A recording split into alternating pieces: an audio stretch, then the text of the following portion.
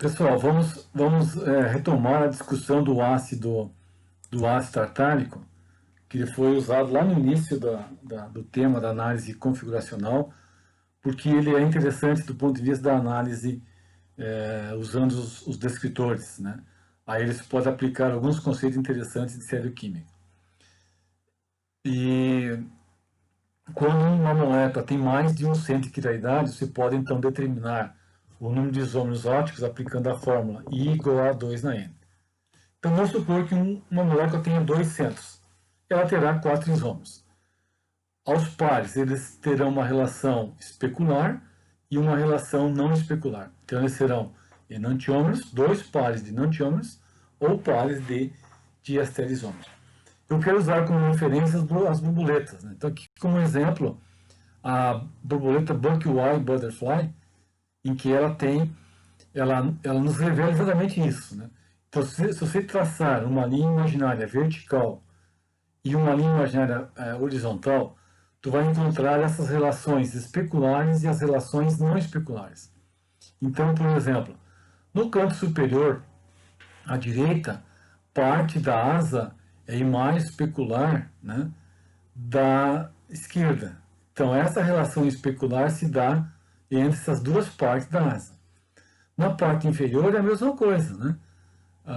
O quadrante inferior à direita é a imagem especular do quadrante inferior à esquerda.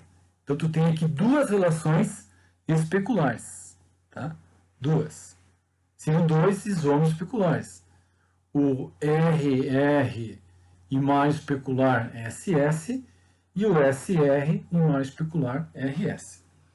Agora, o que acontece quando nós analisamos as asas olhando para a linha imaginária horizontal? Nós não enxergamos mais a relação de espelho.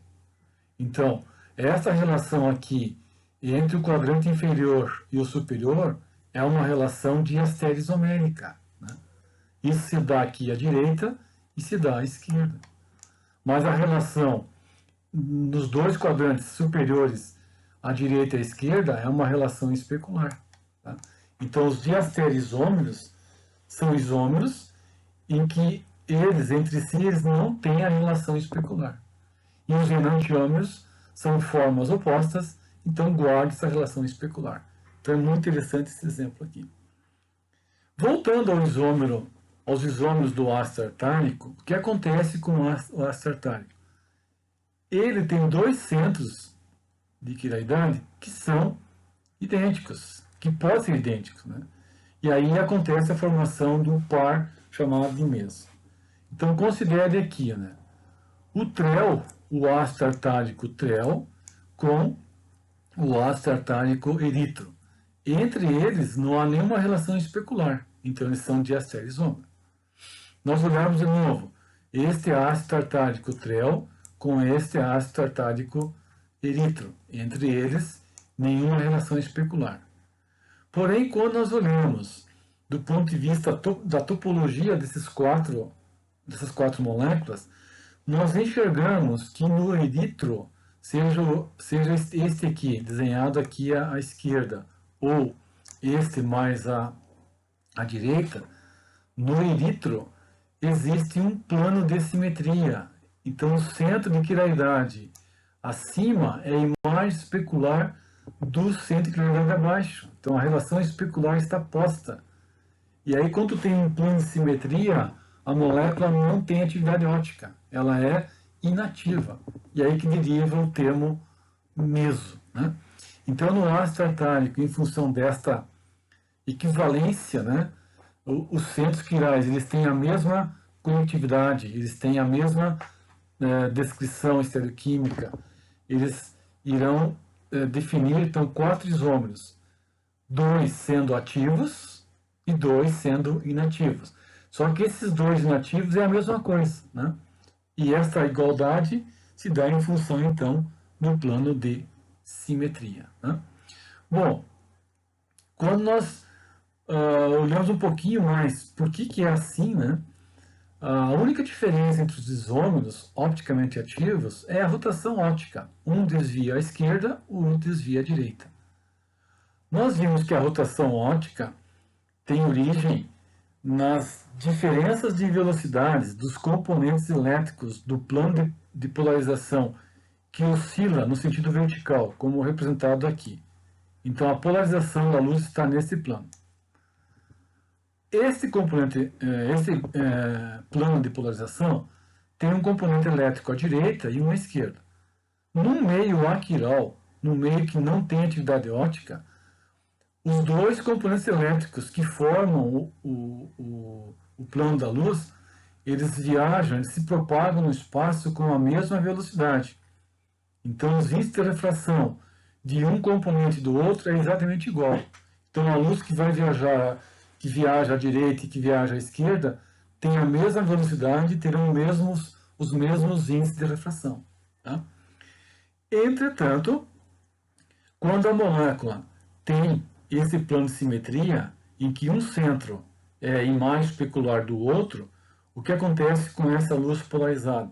Ela encontra essa molécula e vai reconhecer que um centro tem uma orientabilidade à direita e o outro tem uma orientabilidade à esquerda.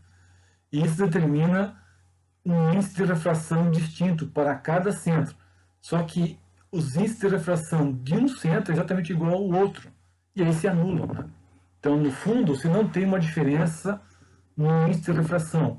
Você não tem uma diferença na velocidade de propagação. E que, portanto, o plano da luz polarizada permanece sempre no mesmo local. Sempre na mesma direção. Então, não muda. E aí o ∝d é zero. Então, essa é uma forma de você olhar o porquê. Né? O que é importante nesses compostos é você também verificar as propriedades físicas. Os compostos que são opticamente ativos, né? O tartárico mais e o tartárico menos, a única propriedade, como nós vimos lá no início, né, que diferencia um composto do outro, e foi aqui que foi, a partir daqui, foi possível então para o Pasteur separar os cristais. Então ele encontra um destrógeno e um evógeno, com formas opostas. A única diferença é o ∝D.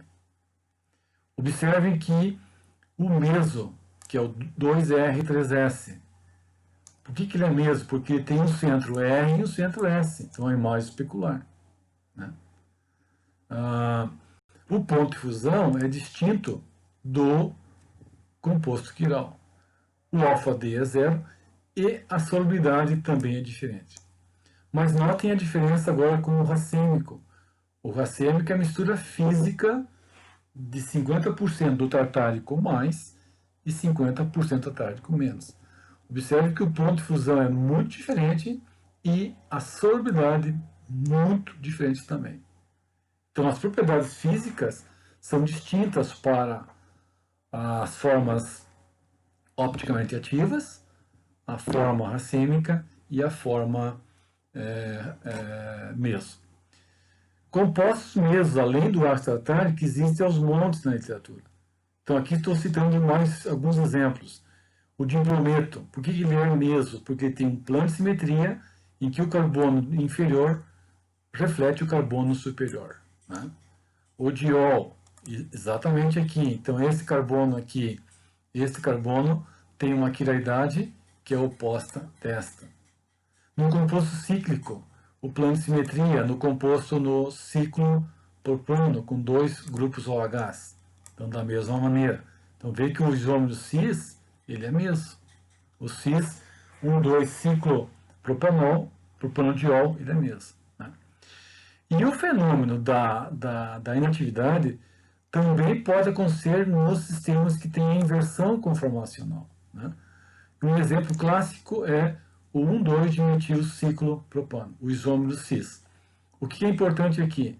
Metila na cor vermelha e na cor azul. Quando o equilíbrio conformacional acontece, a metila na posição axial vira equatorial. E a metila na posição equatorial se transforma na posição axial. No entanto, se transladar essa molécula aqui da direita e rotacioná-la para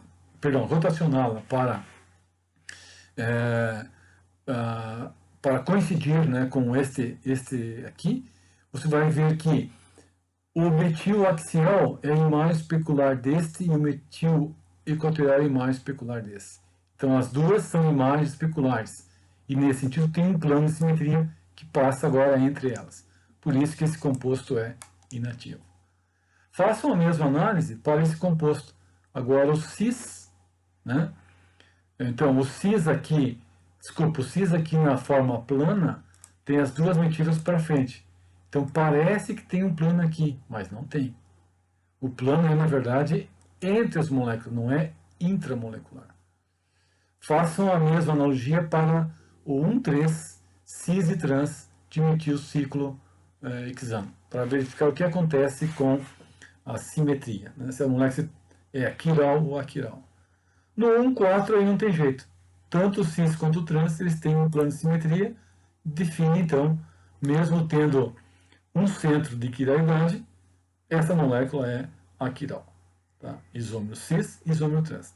Nesse exemplo eu chamo a atenção, né? A molécula é aquiral, ok, mas existe o isômero cis-trans.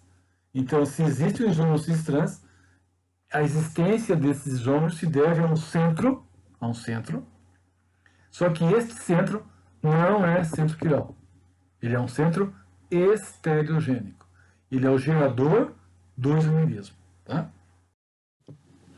E por fim vamos falar de como se faz a determinação do excesso enantiomérico e como nós podemos separar misturas de ester isomérico.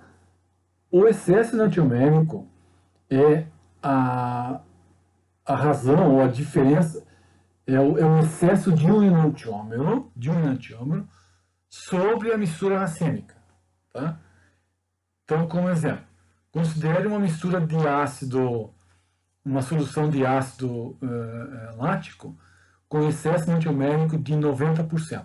Tá? 90% significa que tem 10% daquela solução, daquela mistura que é racêmica. Para que seja racêmica, os 10% tem que ser 5% de um, 5% do outro. Então, os 10% contém 5% do enantiômero destrógeno e 5% do enantiômero levógeno. O que sobra são 90%. Então, este é o excesso enantiomérico. Agora, o total do isômero em solução, aí sim, é o 90% mais o outro 5%. Então, o total é 95%, mas o excesso é 90%. E sobre a separação de ester isomérica, é uma alternativa que nós temos de separar misturas racêmicas usando um agente de resolução. Né? Então depende, se tu quer separar um racemato ácido, uma amina, um álcool ou um aldeído, você vai usar diferentes agentes de resolução. Né? Os mais comuns é separar o racemato de um ácido ou de uma amina. Exemplo aqui, o ácido lático. No músculo, nós temos o ácido levógeno. No leite, nós temos o ácido lático destrógeno. A mistura dos dois é 50%, 50% do mais, 50% do menos. Como é que se separa isso?